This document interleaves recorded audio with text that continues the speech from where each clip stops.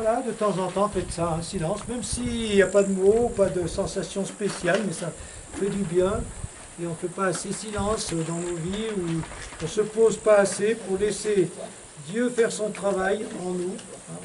Alors toi tu disais, Daniel, tu as dit quelque chose? Que le paradis sur terre, c'est où ça déjà? Une promesse de paradis sur terre. Une promesse de paradis sur terre. Oui, le paradis sur terre, c'est pas, c'est la présence de Dieu. C'est pas le paradis sur terre des communistes. Hein.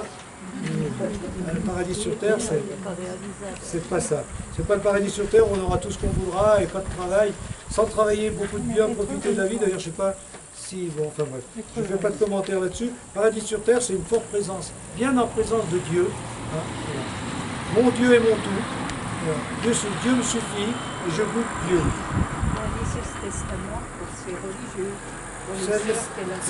Oui, alors, vous adaptez, elle s'adresse à des religieuses dont elle a été la supérieure. Oui, c'est son testament spirituel. Voilà, donc il faut adapter à vous. Hein. Le zèle pour le salut des âmes. La sincérité avec les supérieurs. Ben voilà. J'appelle sincère une sœur qui ne fait rien, ne dit rien, qu'elle puisse vouloir cacher à sa supérieure. Bon. C'est-à-dire bien dire les choses, au moins les dire. Mais des fois, on ne peut pas tout dire non plus. Hein. C'est-à-dire, on peut dire que ce qu'ils sont capables de supporter, des fois, c'est... Pour ça, la sincérité, comment vous l'adaptez? Est-ce qu'on peut dire tout à n'importe qui comme ça? Hein, est-ce que vous... sincère même à son mari ou à sa femme ou à ses enfants? Est-ce que c'est possible d'être vraiment sincère? On ne peut que leur dire ce qu'ils peuvent supporter. Mais si ça les détruit, si ça les démonte, ou si ça les met en colère trop, et qu'en fait ça casse la relation, c'est pas facile, hein? La sincérité. Alors, les non-dits, ça va pas, ne pas dire, ça va pas, mais trop dire, ça va pas non plus. Donc qu'est-ce que je peux dire? C'est en ce sens-là que ça rejoint ce qu'on a dit tout à l'heure. Il y a des moments, il faut dire, il faut essayer de... Moi, j'y crois beaucoup à ça. Jésus qui dit, l'Esprit Saint vous inspirera les paroles que vous devez dire quand vous serez en présence. Hein? Voilà. Il faut faire confiance. Voilà. Il faut que j'aille lui dire, mais qu'est-ce que je lui dis? Bah, allez, je te fais confiance, puis voilà. Et des fois, ça se passe beaucoup mieux que ce qu'on craignait. Alors.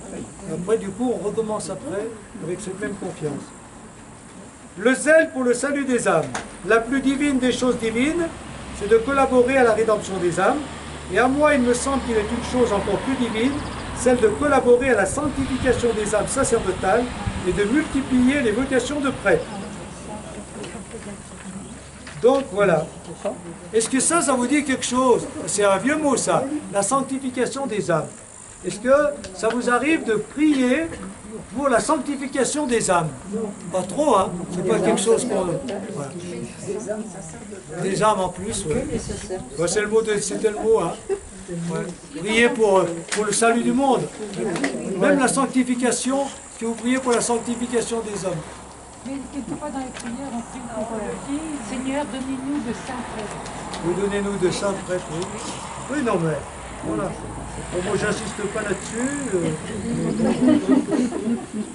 Mais si, prier pour les saluts du monde, prier pour les autres, pas seulement prier pour soi, prier pour la conversion, pour la sanctification, voilà. Mais moi, je dis plus la conversion, parce que la sanctification, c'est déjà un sommet. Hein. Prions pour que les gens aient la foi, pour qu'il y ait plus de foi, enfin, sanctification. Comment? Comment? L'âme n'existe pas sans le corps. Oui, non, et puis même, voilà, c'est ça. Donc, prions pour le salut du monde, prions pour les vocations, ça vous aide. Amour et respect de toutes les congrégations religieuses et de toutes les associations et communautés. Loin de vous l'ombre d'une jalousie devant la réussite des autres. Alors tout à l'heure, il y avait déjà quelque chose sur le plan personnel, mais quand une congrégation, une paroisse, une équipe, une communauté, une commune, hein, voilà, réussit mieux que les autres, hein, voilà, il ne faut pas être jaloux. Hein? Barbie ne doit pas être jaloux de Chal, Chal ne doit pas être jaloux de Laravoir, Aix-les-Bains ne doit pas être jaloux de Saint-Alban, non. Chambéry non plus. Aix-les-Bains non plus. Non plus. Donc ne jalousons pas. Leur réussite est la réussite de l'œuvre de Dieu, ne la désirons-nous pas? On ne peut que désirer la réussite des autres s'ils réussissent mieux que nous, tant mieux pour eux. Ne jalousons pas les autres parce qu'elles sont plus importantes, parce que Dieu leur a confié des travaux plus élevés. Bon, ça rejoint aussi ce qu'elle a dit tout à l'heure. Hein. Voilà. Jamais, jamais de médisance envers les autres. Alors ça, ça, oh là là, ouais. Au contraire, si possible, dissimulez leur côté faible. Dites tout ce que vous voyez de bon en elles. Ça, c'est ça. Voir le bon, dire le bon. Voilà. Mais ceux qui sont devant leur maison, qui regardent les gens passer, il y en a qui font ça. À longueur de journée, en général, c'est pas tout à fait... Ouais, quand on les entend dire, oh ben lui, oh ben elle, oh ben lui, il est à telle heure, il y en a qui espionnent un peu. Il y en a qui, dans le passe-temps, c'est d'espionner les autres et de médire un peu, beaucoup. Ouais. Soutenez-les, aidez-les si elles en ont besoin, et autant que vous le pouvez, dévouez-vous pour elles. Bon, ça c'est beau, hein. Il faut le faire, c'est plus difficile pour le faire. Dites ce qu'on voit de bien chez les autres, plutôt que de voir le mal, de ne pas les jalouser, de ne pas médire. Donc, valorisez ceux qui font mieux que nous, au lieu de les jalouser et d'en dire du mal. Et puis on va terminer par le mot qui est revenu souvent, persévérance. Persévérance. Persévérance jusqu'à la fin.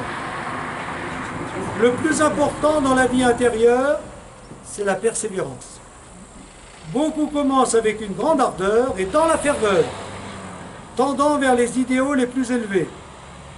Mais ne réussissant pas tout de suite, ils se découragent et abandonnent l'effort sous prétexte qu'il ne conduira à rien et que ce n'est pas la peine de travailler.